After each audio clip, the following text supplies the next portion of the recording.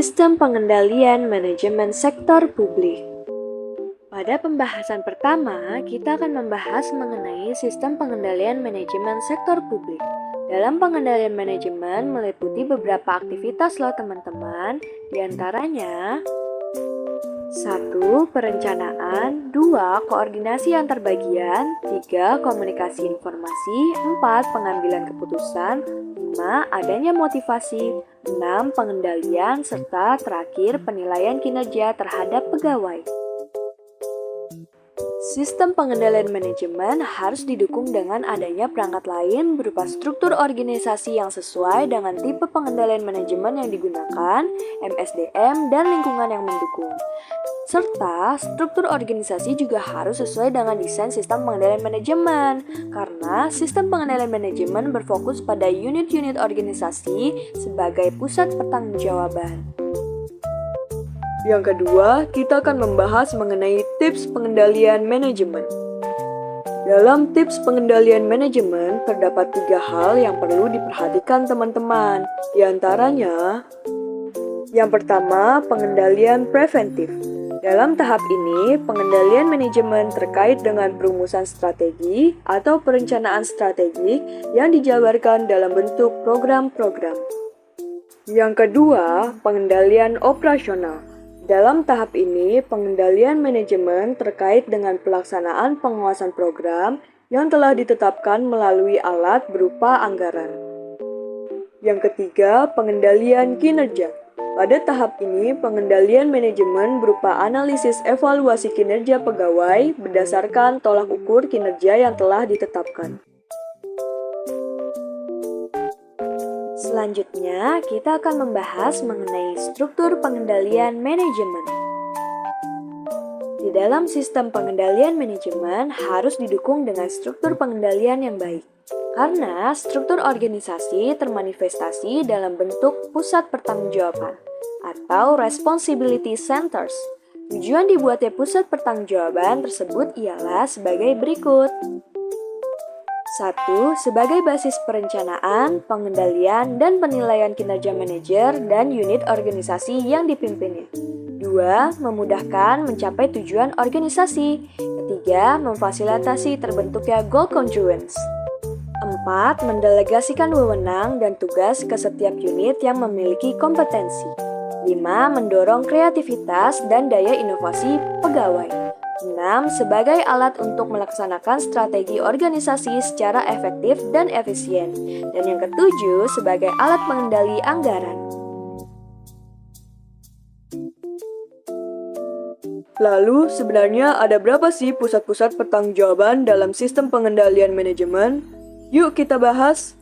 Pada dasarnya, pusat-pusat pertanggungjawaban terdapat 4 pusat, meliputi pusat biaya atau expense center, pusat pendapatan atau revenue center, pusat laba atau profit center, dan yang terakhir, pusat investasi atau investment center.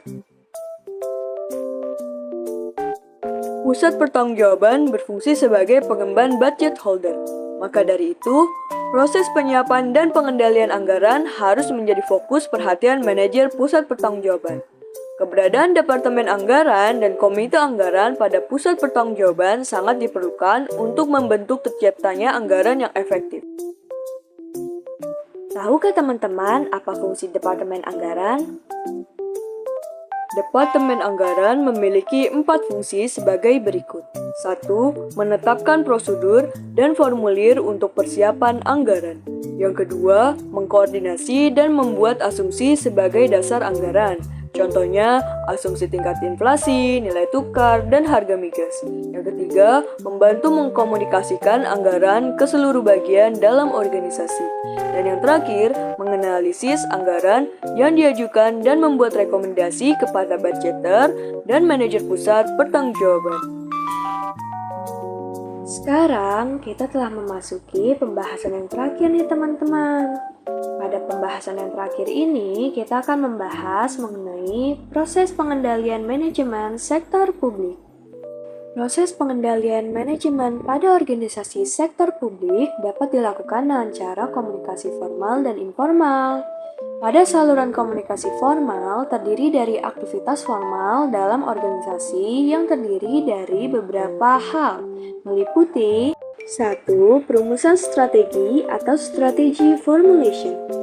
Hal ini merupakan proses penentuan visi, misi, tujuan, sasaran, target, arah, serta kebijakan dan strategi organisasi, di mana perumusan strategi merupakan tugas dan tanggung jawab manajemen puncak.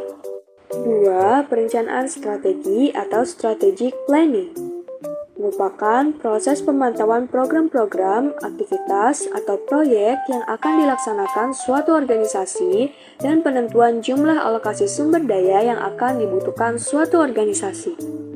Yang ketiga, penganggaran, di mana tahap ini merupakan tahap yang paling dominan karena memiliki karakteristik yang agak berbeda dengan penganggaran pada sektor swasta, di mana perbedaan tersebut terletak pada pengaruh politik dalam proses penganggarannya. Yang keempat, operasional, merupakan sebuah proses yang mempunyai bisnis inti dan meliputi aliran nilai utama, misalnya seperti proses pembelian, manufaktur, pengiklanan, pemasaran, serta penjualan perusahaan. Yang terakhir, evaluasi kinerja merupakan bagian akhir dari proses pengendalian manajemen yang dapat digunakan sebagai alat pengendalian, di mana pengendalian manajemen melalui sistem ini dapat dilakukan dengan menciptakan mekanisme reward and punishment. Pemberian reward dapat berupa finansial maupun non-finansial. Yang bersifat finansial misalnya seperti kenaikan gaji, bonus, dan pemberian tunjangan. Sedangkan non-finansial dapat berupa promosi jabatan, penambahan tanggung jawab, otonomi yang lebih besar, serta penempatan kerja di lokasi yang lebih baik dan pengakuan. Mekanisme pemberian sanksi dan hukuman pada kondisi tertentu memanglah diperlukan, tetapi orientasi penilaian harus selalu pada pemberian penghargaan. Saluran informasi informal dapat dilakukan dengan komunikasi langsung, yaitu seperti pertemuan informal, diskusi, dan lain sebagainya ya teman-teman. Pengendalian organisasi dapat berupa aturan dan prosedur birokrasi atau melalui sistem pengendalian dan manajemen informasi yang dirancang secara formal. Dalam hal ini, hendaknya pengendalian manajemen dapat digunakan sebagai jembatan untuk mewujudkan goal congruence, yaitu keselarasan antara tujuan individu dan tujuan organisasi. Faktor yang mempengaruhi goal congruence dapat dikategorikan dalam dua kelompok, yaitu faktor pengendalian formal dan faktor pengendalian informal. Faktor pengendalian formal misalnya sistem pengendalian manajemen dan sistem aturan. Sedangkan faktor informal terdiri dari eksternal dan internal.